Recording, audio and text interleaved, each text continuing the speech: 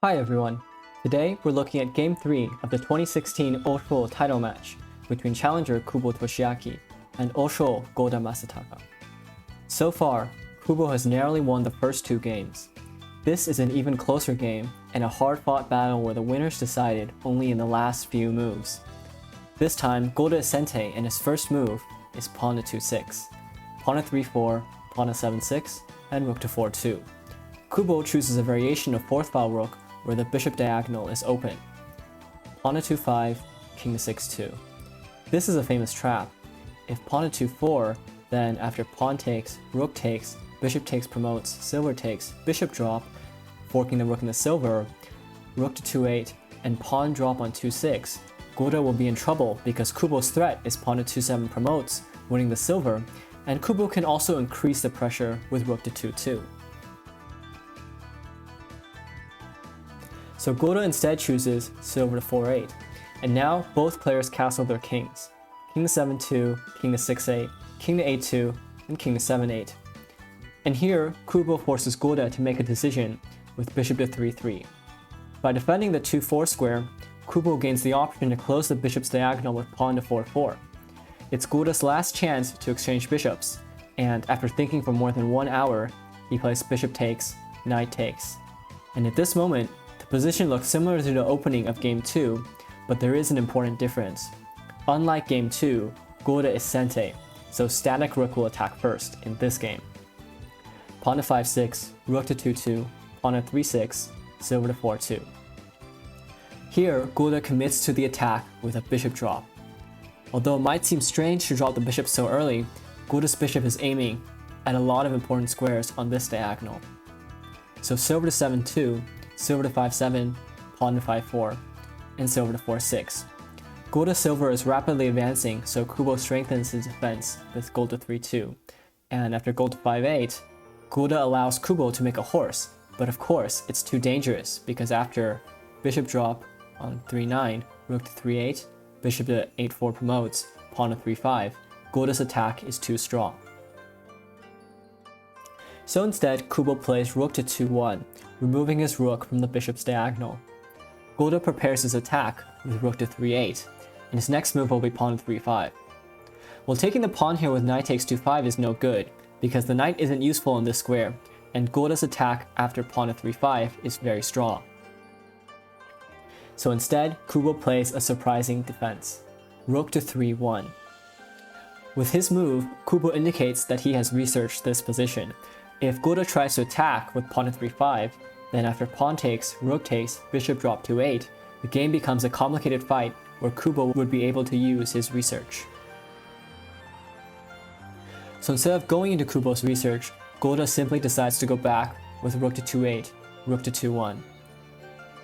Gōda can't go for Senichite because he's sente, so he plays king to 8-8, and both players improve their castles.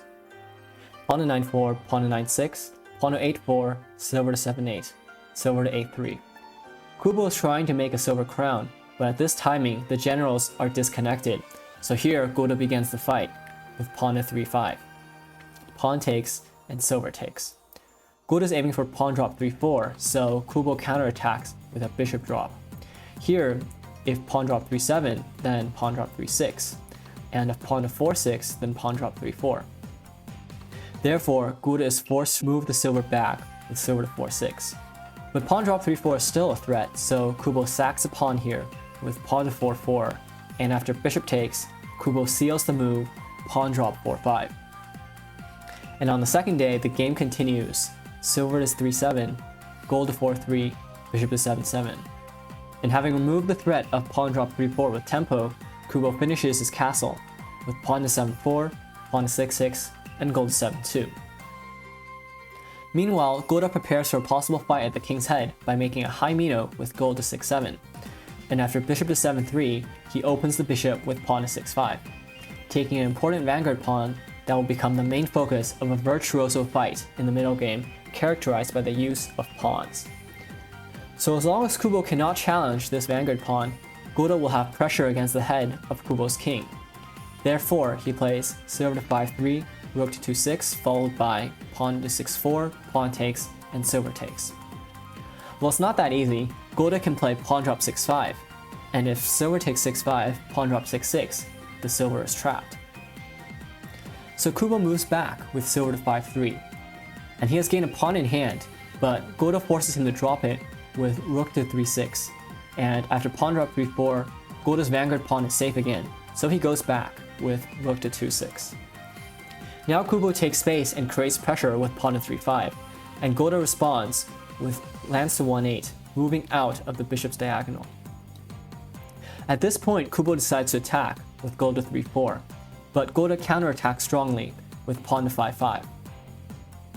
Because the gold has moved away, Gōda can exploit the aji on the 5th file. If Kubo takes the pawn, then after bishop to 8-6, Gōda is getting a horse. For example, rook to 5-1, pawn drop 5-4, silver takes, and bishop to 4-2 promotes. And thanks to the horse, Gōda is ahead. So instead, Kubo activates his rook with rook to 6-1. Instead of defending the Vanguard pawn, Gōda improves the position of his silver with silver to 4-8. Rook takes and silver to 5-7, adding strength to the fight in the center. Kubo retreats his rook, but now comes an instructive move, pawn drop 6-5. Using his pawns in hand, Gōda has gained time to bring his silver into the fight. And now, if rook takes 6-5, Gōda can break through with silver to 6-6, rook to 6-3, and rook to 5-6. Even if Kubo defends with gold to 4-4, here comes another pawn drop, and for example, after pawn takes, silver takes, gold takes, bishop takes, the fight in the center turns in Gōda's favor. The game might continue bishop takes, rook takes, bishop drop, but then bishop drop 7-7, and after bishop takes, Gōda will get a horse or a tokin on the next move.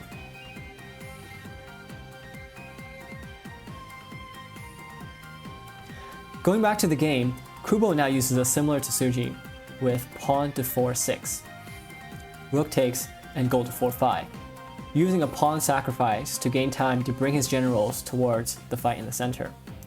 Rook to 1-6, pawn takes 5-5.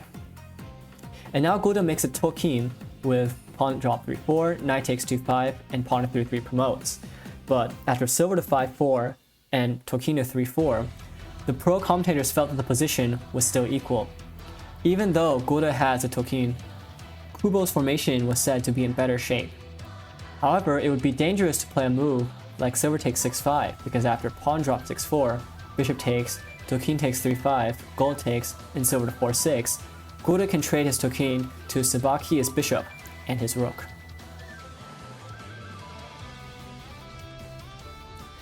Though it might not seem easy for Kubo to improve his position here, I was very impressed by his next move, pawn to 8-5. Another great pawn that takes space at the king's head and also creates a beautiful square for the bishop to both attack and defend. So, silver to 6-6, bishop to 8-4, and now tokin takes 3-5. Well, gold takes 3-5 wouldn't be very good because the gold would be out of the fight after silver takes 5-5, and Gōda would have the advantage. So Kubo steps in with a shobute, gold to 5-6. And now, tokin to 4-4, gold takes 6-7, silver takes 6-7, and silver takes 6-5.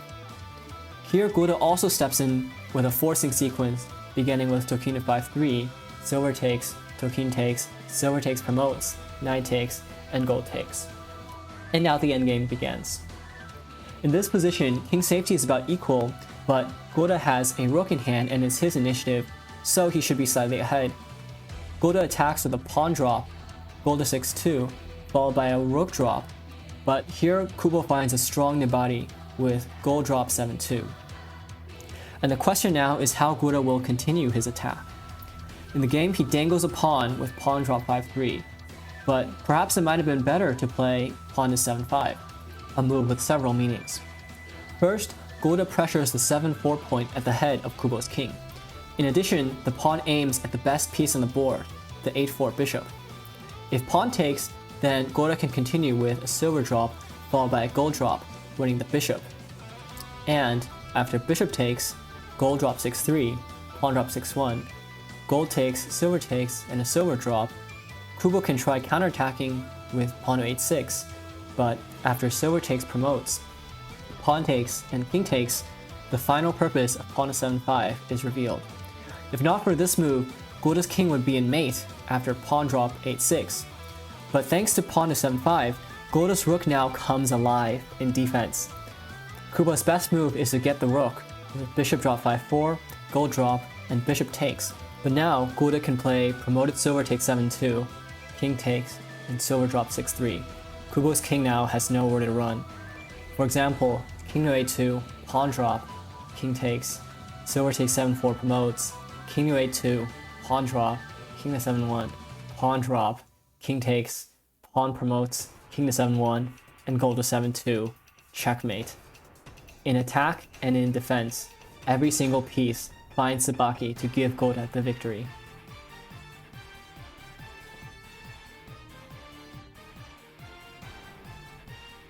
Well, that might have been an exciting way to decide the game, but Gōda actually plays pawn drop 5-3, which might look more straightforward, but Kubo finds a cool defense with pawn drop 4-2. And Gōda's position becomes surprisingly difficult. In the game, he continues with rook takes 4-2 promotes, but now Kubo turns the game around with bishop drop 2-4. This is the idea behind pawn drop 4-2. By luring the rook to this square, Kubo can gain one move with this bishop drop. If Gōda tries to resist with rook to 4-6, Kubo has a beautiful and decisive countermeasure in pawn drop 4-5. One pawn is enough.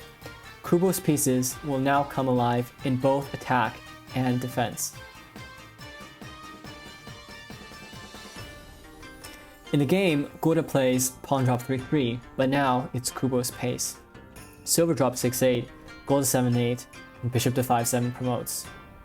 And here, the critical move is pawn to 5-2 promotes. After silver to 7-9, if king to 9-7, then Kubo can win by making consecutive threat mates on the edge, starting with pawn to 9-5. If king to 9-8, horse takes 6-7. Here, Tokin takes 6-2 is not enough to put Kubo's king in threat mate, and he can win with horse takes 7-8. And after gold takes, Kubo has a beautiful winning move in pawn to 9-5, because after Tokin takes 6-2, he can give a beautiful mate with a silver drop, king takes, king to 9-8, pawn promotes, king runs, and Tokin to 8-8, checkmate. So because attacking with pawn to 5-2 promotes is not an option, Gōda is forced to defend with gold drop 8-9. Kubo attacks relentlessly by throwing away his horse, gold takes, and a silver drop, king to 7-8, and then a pawn drop.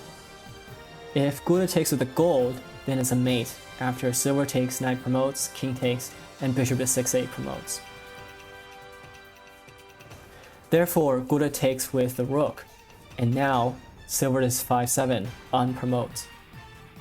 Taking the rook is a threat mate, so Gōda has to respond. If he defends with gold takes 7-9, after silver takes rook, gold takes, rook drop 2-8 is a painful check because Gōda can't drop a pawn. So after silver drop, bishop takes, gold takes, and silver drop 5-7, gold moves back, silver takes, gold takes, and pawn drop 6-7, Kubo has enough pieces for a winning attack. In the game, Gōda escapes the rook with rook to 6-5, but after another pawn drop, king to 7-9, pawn takes gold promotes, Kubo's attack is decisive. Gōda tries pawn to 6-3 promotes, but Kubo finds gold drop 7-8, and in this position, Gōda resigns. After gold takes, silver promotes, gold takes, bishop takes promotes, king runs, Tokin to 7-8, king escapes. Here is a famous Tochigi.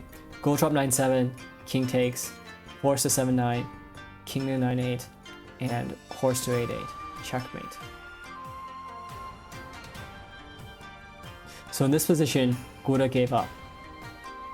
Although Gōda had the advantage in the middle game, Kubo, the Nebari artist, turned the tables in the endgame and found the narrow path to victory.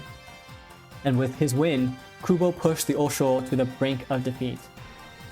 So I hope you enjoyed this game, and I'd love to hear your feedback in the comments. Thank you for watching, and see you next time.